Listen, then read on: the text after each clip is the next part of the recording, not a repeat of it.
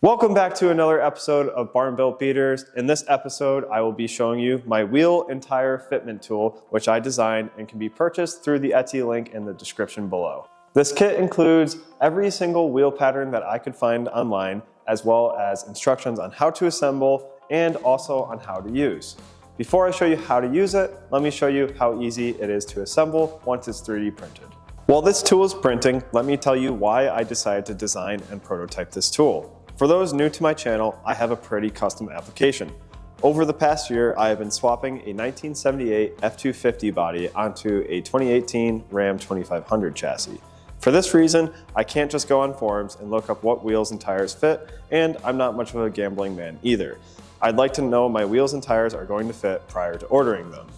I'm hoping some of you will be able to use this tool to verify your fitment on your projects, whether that is a slam car or a big lifted truck. Excuse my dirty floor, but let me show you all 11 pieces and what their function is in the tool. We have the hub locator to center the tool on your hub, the stationary and slider wheel diameter selector, the wheel offset and wheel width selector with sliders, the tire height sliders measured by the height of your sidewall, and lastly, the tire width spreader pieces. With these adjustments, this tool should get you much more confident in your new wheel and tire setup. I do want to caution you, the accuracy of this tool depends on the quality and resolution of your prints. This tool should work excellent for those checking normal fitment, but I do caution those who are pushing the limits of fitment.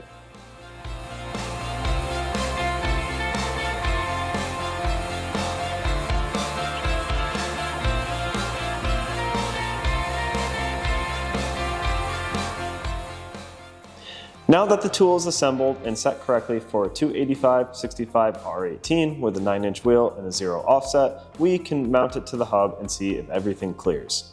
As you can see, the suspension has been removed as we will want to check throughout the complete suspension travel. First, we will spin it to see if the wheel will clear the fender, and luckily it does, but just barely. From here, we will rotate it to the right and see if it clears the frame rails, the cab mount, and the radius arms. Looks like we checked out again, so we can move it over to the left to check that side as well. It is looking pretty good, however, it is a bit close to the sway bar, but it does have some clearance, so I think we will be okay. However, as we rotate it, the wheel does not clear the front of the fender, and ultimately, that doesn't necessarily mean that this wheel and tire fitment will not work. It's up to me to decide what is and is not acceptable. To me, this is acceptable as this truck will only be driven on the roads. With that portion out of the way, we will need to check a few other suspension orientations, such as one side fully uncompressed while the other side is fully compressed, and also check the rear as well. We found out that our wheels and tires do fit at ride height and throughout most of the suspension travel. Unfortunately, they don't clear while they're resting on the bump stops. However, I think that's a pretty unlikely scenario, and if we ever do encounter the full bump stops or full axle articulation, that probably means I went off the road and I have more to worry about than my tires clearing. So we'll place an order and we get to wait for our wheels and tires to come in, where we can then throw them onto the truck and actually see if our tool works as intended.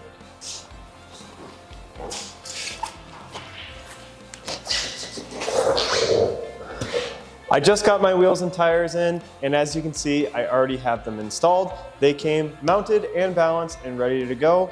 Now that we have them installed and that you guys can see what I'm running and how they look, let me show you how accurate the tool is compared to the actual fitment of the wheels. While checking the fitment of my wheels, I measured the wheel well gap resting on my bump stops. My tool read out right around 1 1/4 inches, and with the tire on it, measured 1 3/8. This is probably due to manually setting the sidewall height and being slightly off. I also measured the amount of tire poking out. Both my tool and the tire were more or less identical, similar to the other results. However, this is accounting for the bulge of the sidewall, which isn't as accurately displayed with the tool. This can be problematic for some of you because the tool actually showed I would rub my front fender. But in reality, because a tire doesn't come to a hard corner like it does on the tool, the tire actually clears the fender. Unfortunately, it is hard to replicate this with a tool. My advertised width is 285 or 11¼ inches, but the actual tread contact is only about 250 millimeters or 10 inches, or about 12% less than advertised.